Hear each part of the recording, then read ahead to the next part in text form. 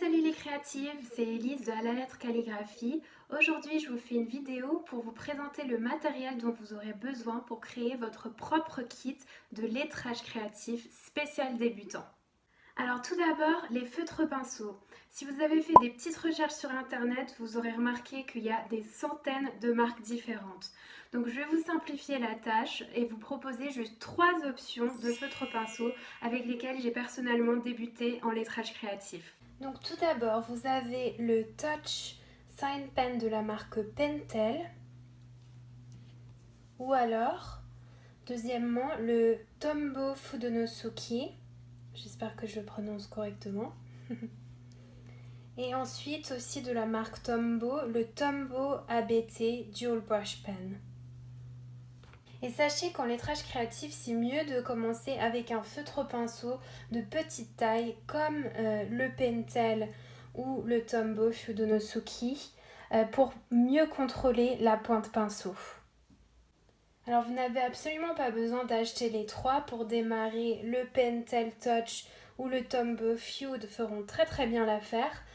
Mais si vous avez le budget pour, ça peut être sympa de tester les trois pour voir ce qui vous convient le mieux. Parce qu'au final, il se peut que vous préfériez un feutre pinceau de taille plus grande comme le Tombow ABT. Ensuite, parlons papier. Je le répète régulièrement sur mon compte Instagram, mais le papier que vous utilisez en lettrage créatif est hyper important.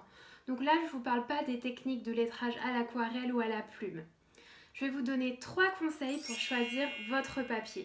Donc premièrement, bannissez le papier à imprimante, même de bonne qualité, parce que les fibres vont détruire les pointes de vos feutres pinceaux. Il y a des comptes aux États-Unis, au Canada ou des blogs qui recommandent une marque de papier imprimante de la marque HP qui convient au feutre pinceau. Mais après avoir fait plein de recherches à ce niveau-là, j'en ai conclu que ce papier n'est pas disponible en Europe. Et j'ai fait l'erreur en pensant l'avoir trouvé de l'acheter, de le tester avec mes feutres pinceaux et ça a détruit les pointes. Donc c'est pour ça que je vous conseille d'éviter le papier imprimante. Deuxièmement, le papier ou parchemin spécial calligraphie que vous trouvez dans les kits de calligraphie plus traditionnels de type médiéval ou italique ne convient pas au lettrage au feutre pinceau. Troisièmement, le papier qu'il vous faut est un papier extra lisse. Donc s'il y a la mention vélin velouté ou vélin supérieur sur la marque de papier, c'est parfait. Et je vais vous en montrer plusieurs exemples. Alors, je vous présente les papiers que j'utilise le plus souvent avec mes feutres pinceaux. J'en ai plein d'autres en réserve. Tout d'abord, vous avez le Rhodia qui est très facile à trouver en France. Même en supermarché, vous pouvez trouver la version quadrillée. Là, j'ai la version dot pad, c'est-à-dire qu'il y a des pointillés qui me donnent des lignes directrices pour former mes lettres. Donc, c'est pas mal. Et Rhodia, c'est vraiment une valeur sûre. Il y a même marqué derrière papier vélin supérieur, donc c'est de la super qualité et c'est fabriqué en France. Ensuite, les papiers de type marqueur sont parfaits pour des feutres pinceaux. Ici, j'ai la marque Canson et donc en fait, c'est un papier très fin, semi-transparent, extra blanc. C'est presque comme un papier calque, mais quand même avec un peu plus d'opacité. Et ce qui est génial, c'est que vous pouvez mettre vos lignes guides en dessous. Si vous avez des alphabets que vous voulez pratiquer, tracer, vous pouvez mettre tout ça en dessous pour pratiquer et tracer au-dessus sur votre feuille.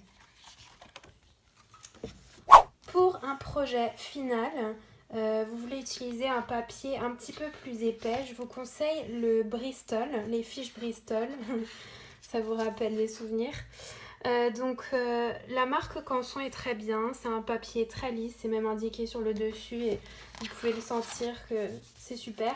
Et voilà, c'est un peu plus cartonné, donc pour faire des affiches, pour mettre chez vous, des cartes pour des amis, c'est très bien. Et enfin, si vous avez accès à aucun de ces papiers, je vous recommande tout simplement du papier calque. Voilà, parfait pour tracer. Parfait pour pratiquer et très lisse, donc c'est une valeur sûre aussi. Voilà, donc maintenant vous avez tout ce qu'il vous faut pour vous constituer votre propre kit de lettrage créatif spécial débutant. Dans la description, vous trouverez des liens vers le matériel présenté dans cette vidéo. Si ça vous a plu, merci de vous abonner à ma chaîne et de me mettre un petit pouce en l'air. Salut, salut les créatives!